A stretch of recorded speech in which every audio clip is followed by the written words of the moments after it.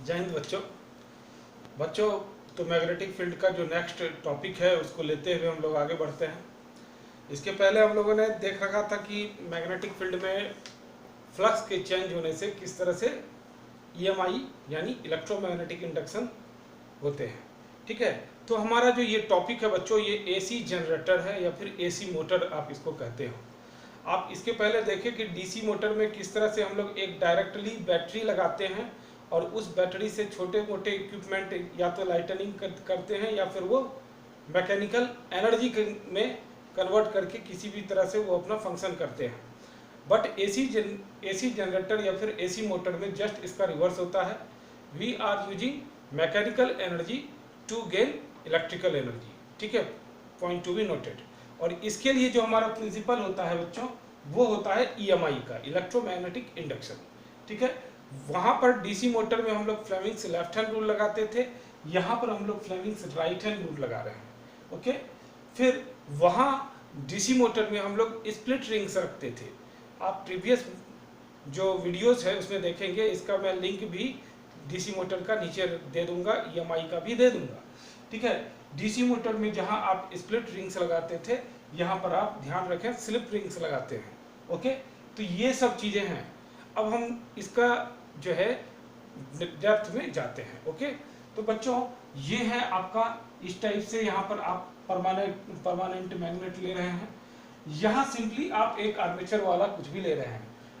We have discussed कि ये armature जो है, यहाँ पर एक सॉफ्ट आयरन होता है, इसको हम लोग कॉपर कॉइल से कंटिन्यूसली हम लोग यहाँ पर लगा देते हैं। Okay, now come to the point. होता क्या है बच्चों, यहाँ जब आपने मैकेनिकल एनर्जी दिया, व्हाट डज इट मीन कि ये जब रोटेट करता है तो हमारा फंडा बस यही है कि एसी करंट जनरेट होता है। ठीक है, अब एसी करंट जनरेट होने के बीच में आपको कुछ पॉइंट यहाँ पर देखना है। ठीक है, जब ये रोटेट हो रहा है, यहाँ पर मैंने बहुत अच्छे से आपको सिंबल दे रखा है, जब ये इस टाइप से यानी कि क्लॉकवाइज आपका जब करंट फ्लो हो रहा होता है, ठीक है, ध्यान से यहाँ पर क्लॉकवाइज हो रहा होता है, तो ये आर्मेचर के ऊपर देखिए यहाँ पर फोर्स एफ लग रहा होता है, यानी आपका राइट हैंड रूल है यहाँ पर। ठीक है, ये आपका फोर्स बता रहा होता है, ये आपका मैग्नेटिक फील्ड एंड ये आपका करंट।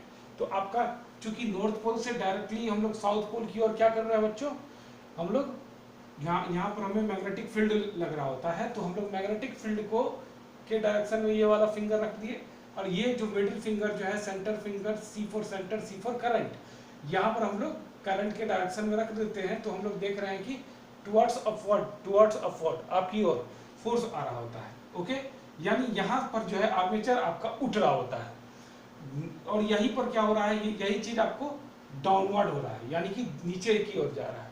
कैसे भाई, जैसे नीचे की ओर करंट है, आपने इस टाइप से रख दिया। ठीक है, इस टाइप से रख दिया, तो देखो यहाँ पर क्या हो रहा है बच्चों, यहाँ पर आपको नीचे की ओर यानी कि उधर की ओर, नीचे यानी इनवर्ड बोर्ड जो है आपका फोर्स लग रहा होता है, यानी कि ये इस टाइप से अब जो है क्लॉकवाइज रोटेट हो रहा होता है।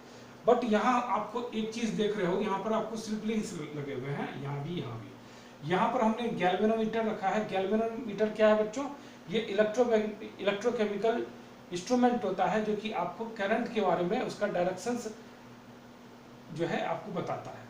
ठीक है, ये आपका जो सुई है, ये आपका एक सुई टाइप का है, और ये सुई जो है जिस तरह से वो रोटेट होता रहता है, and it's rotation will indicate the directions of current.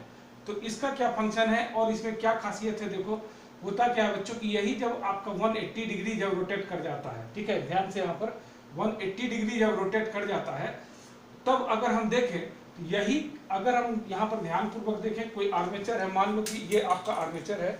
ठीक है, ये आपका यहाँ पर आर्मेचर है, यहाँ से अगर करंट जो है जा रहा होता है, यही चीज जब 180 डिग्री जब हो जाए, इस वक्त ये क्या है, इस वक्त ये एंटी क्लॉकवाइज या फिर क्लॉकवाइज, ये इस वक्त क्लॉकवाइज करंट दे रहा होता है। ठीक है, अब यही चीज जब इस टाइप से हो जाए और यहाँ से फिर से अगेन करंट जा रहा होता है, तो ये एंटी क्लॉकवाइज हो जाता है। ध्यान से यहाँ पर, तो एंटी क्लॉकवाइज करंट हो जाता है। तो जब 180 डिग्री पर जब चला जाता है, तो अगर यही चीज अगर उल्टा करंट यहाँ के डायरेक्शन के हिसाब से जो क्लॉकवाइज था, वो अब एंटी क्लॉकवाइज करंट शुरू हो जाता है। उससे क्या होता है कि ये फोर्स का डायरेक्शन गड़बड़ा हो जाता है। फोर्स यानी कि आपको जो जाना चाहिए था इस तरह से, वो नहीं जाकर वापस से रिटर्न होके इस टाइप से हो जाता है। तो अगर करंट का फ्लो हम लोग यही रखें तो आपका जो आर्मेचर है वो बस 180 डिग्री पर रोटेट करता रहेगा, ऐसा करता रहेगा। इससे बचने के लिए हमें क्या करना होगा, करंट को हम लोग उसके डायरेक्शंस को रिवर्स कर देना होगा। जो मान लिया जाए कि अगर वो क्लॉकवाइज जा रहा था तो इस बार हम लोग अगर उसे एंटी क्लॉकवाइज कर दें तो यहाँ पर जो करंट हमें चाहिए था, जो डायरेक्शन हमें चाहिए था, वो पक्का है कि मिल जाएगा। तो बस हम लोग यही करंट यहाँ पर चेंज कर देते हैं और उसी में ये जो है आपको स्लिप रिंग्स का काम आता है। देखो ये जो रेड कलर का जो गैल्वेनोमीटर से जब अटैच्ड हुआ है, तो यानी कि जब 180 डिग्री में जा रहा होता है तो मान लिया जाए कि यहाँ से इधर की ओर करंट जा रहा है, ठीक है, ये 180 डिग्री की ओर जब जा रहा होता है, ओके, और यहाँ से वापस रिटर्न हो रहा होता है। लेकिन जब वो 180 डिग्री कंप्लीट कर लिया होता है, दूसरा 180 से यानी 180 से 360 की ओर जा रहा होता है, ये करंट का डायरेक्शन यहाँ रिवर्स होके कुछ इस टाइप से हो जाता है, ओके, और ये जो है आपका ये भी डायरेक्शन आपका कुछ इस टाइप से हो जाता है। यानी करंट का डायरेक्शन बेसिकली आपको समझना है कि करंट का डायरेक्शन यहाँ पर क्या हो रहा है बच्चों, करंट का डायरेक्शन यहाँ पर आपका रिवर्स हो रहा है। जो पहले इस टाइप से जा रहा होता है ये आपको रिवर्स होके अब इस टाइप से हो गया, यहाँ भी इस टाइप से उलट जाता है। 180 डिग्री पर करंट का डायरेक्शन ये रिवर्स हो जाता है। जैसे आपका जब मैक्सिमम फ्लक्स चेंज होता है तो यहाँ तक अगर आया और फिर जब वो दूसरी ओर जब फिर वो न्यूट्रल की ओर आया तो यहाँ पर 180 में, और फिर जब वापस जाता है तो वो इधर की ओर गैल्वेनोमीटर यहाँ पर आपको जाता है। यानी कि गैल्वेनोमीटर का जो ये सुई है ये इसके बीच में ही रोटेट करता है, ये +22 -22 यहाँ के इसके बीच में वो फ्लो करता रहता है। तो यहाँ आपको ध्यान रखना है कि इस टाइप से यहाँ पर हर 180 डिग्री के बाद करंट का जो है रोटेशन चेंज हो रहा होता है, करंट का डायरेक्शन चेंज हो रहा होता है, ठीक है। अल्टरनेटिंग करंट इसीलिए इसका नाम है अल्टरनेट। एक बार इस डायरेक्शन से जाएगा, दूसरे बार दूसरे डायरेक्शन से जाएगा, अल्टरनेट होता रहता है 180 डिग्री के रोटेशन के हिसाब से। That's why we are naming it alternating current. अब देखो ये कार्बन ब्रशेस है, जिस तरह से आपने डीसी मोटर में पढ़ा था, ये कार्बन ब्रशेस है। ये कार्बन ब्रशेस कुछ नहीं, बस ये सर्किट से इसका कनेक्शन कर देता है, किसका, तो ये जो स्प्लिट रिंग्स है, और स्प्लिट रिंग्स का तो आर्मेचर से कनेक्ट है ही। तो ये जो मैकेनिकल एनर्जी जो कंटिन्यूस दे रहा होता है, अब देखो बच्चों ये किस टाइप से इलेक्ट्रिकल एनर्जी क्यों दिया, इसलिए दिया कि आप देखे होंगे कि जब मैं आपको फ्लक्स वाला पढ़ाया था, फ्लक्स वाले मैंने आपको पढ़ाया था भाई, जब इस टाइप से मान लिया जाए कि एक north pole to south pole के इधर है, ठीक है, नॉर्थ पोल से साउथ पोल की ओर जब होता है, यहाँ से नॉर्थ, और यहाँ पर अब आप मैग्नेटिक फील्ड आपने क्रॉस करा दिया, ठीक है। तो जितना भी मैग्नेटिक फील्ड क्रॉस करता है, अगर एरिया इसका ए है, तो हम लोगों ने देखा था कि भाई फ्लक्स जो होता है वो BA cos थीटा होता है। यहाँ पर हम लोगों ने देखा था कि मैग्नेटिक फील्ड इस सरफेस के परपेंडिकुलर पड़ना चाहिए, और अगर यही चीज चेंज हो जाता है, जैसे यहाँ पर आप देख रहे हो बहुत, चलो एक लाइन और हम लोग दे देते हैं, यहाँ पर 3 लाइन जो है मैग्नेटिक फील्ड जो है परपेंडिकुलरली इस सरफेस पर मान लिया जाए पड़ा, ठीक है, क्रॉस किया, और फिर बाद में क्या हुआ कि यहाँ पर से 2 लाइन ही क्रॉस किया, फिर अगले बार में एक ही लाइन क्रॉस किया। तो इस टाइप से क्या आप देख रहे हो कि लाइंस का चेंजेज आ रहा है। फिर उसके बाद आया तो फिर यहाँ पर 2 लाइन क्रॉस किया, फिर यहाँ पर वापस 3 लाइन क्रॉस किया। तो यहाँ पर क्या हुआ बच्चों कि यहाँ पर आपका मैग्नेटिक फील्ड के लाइंस को चेंज करने से यहाँ पर कंटिन्यूसली आपको फ्लक्स का चेंज मिला। और जब फ्लक्स का चेंज होता है बच्चों, ये हम लोगों ने देखा था, जो EMI यानी कि जिसको हम लोग E से डिनोट करते हैं, उसके फ्लक्स के चेंज को अगर हम लोग देखते हैं, ये एवरेज EMI हमें मिलता है, और यही एवरेज EMI क्या करता है बच्चों, करंट के फॉर्म में E/R करके आपको करंट, इंड्यूस्ड करंट देता है। कब जब आपका सर्किट पूरा क्लोज्ड है। सर्किट अगर क्लोज्ड है तो आपको इंड्यूस्ड करंट मिलता है।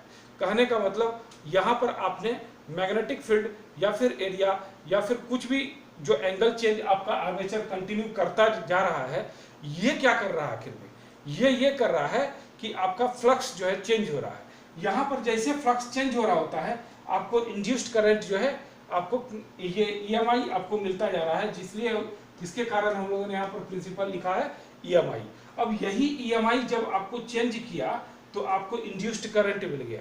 बस इंड्यूस्ड करंट का आप कंडीशन हमेशा फैराडेज लॉ वाला याद रखो फैराडेज लॉ ये कहते हैं, अगर आपका कहीं पर फ्लक्स चेंज हो रहा है, ठीक है, अगर आपका फ्लक्स चेंज हो रहा है और आपका सर्किट कंप्लीटली क्लोज्ड है, कंप्लीटली क्लोज्ड है, ठीक है, तब हर हाल में आपको इंड्यूस्ड करंट मिलेगा, ठीक है। तो वहीं से हमें इंड्यूस्ड करंट मिल गया। तो कंटिन्यूस अगर हम पूरी चीज़ों को देखें तो हमें mechanical energy to electrical energy मिल गया, ठीक है। इन चीज़ों को हम लोगों ने देख लिया। दूसरी ओर जहाँ डीसी मोटर में हम लोग फ्लेमिंग्स लेफ्ट हैंड रूल लगा रहे थे, यहाँ पर हम लोग फ्लेमिंग्स राइट हैंड रूल लगाए। तो इस तरह से बच्चों ये आपका मात्र एसी जनरेटर था, एसी मोटर था, ठीक है। तो बच्चों आप बने रहें और मैं आपको फिर बताऊं कि मैं पीसीएम यानी फिजिक्स केमिस्ट्री मैथ का टोटल चीज़ डालूंगा और ये आप लोगों को हेल्प करेगा पूरा इंटायर सिलेबस को कंप्लीट करने में, ठीक है। तो इसके साथ आप लोगों को जय हिंद।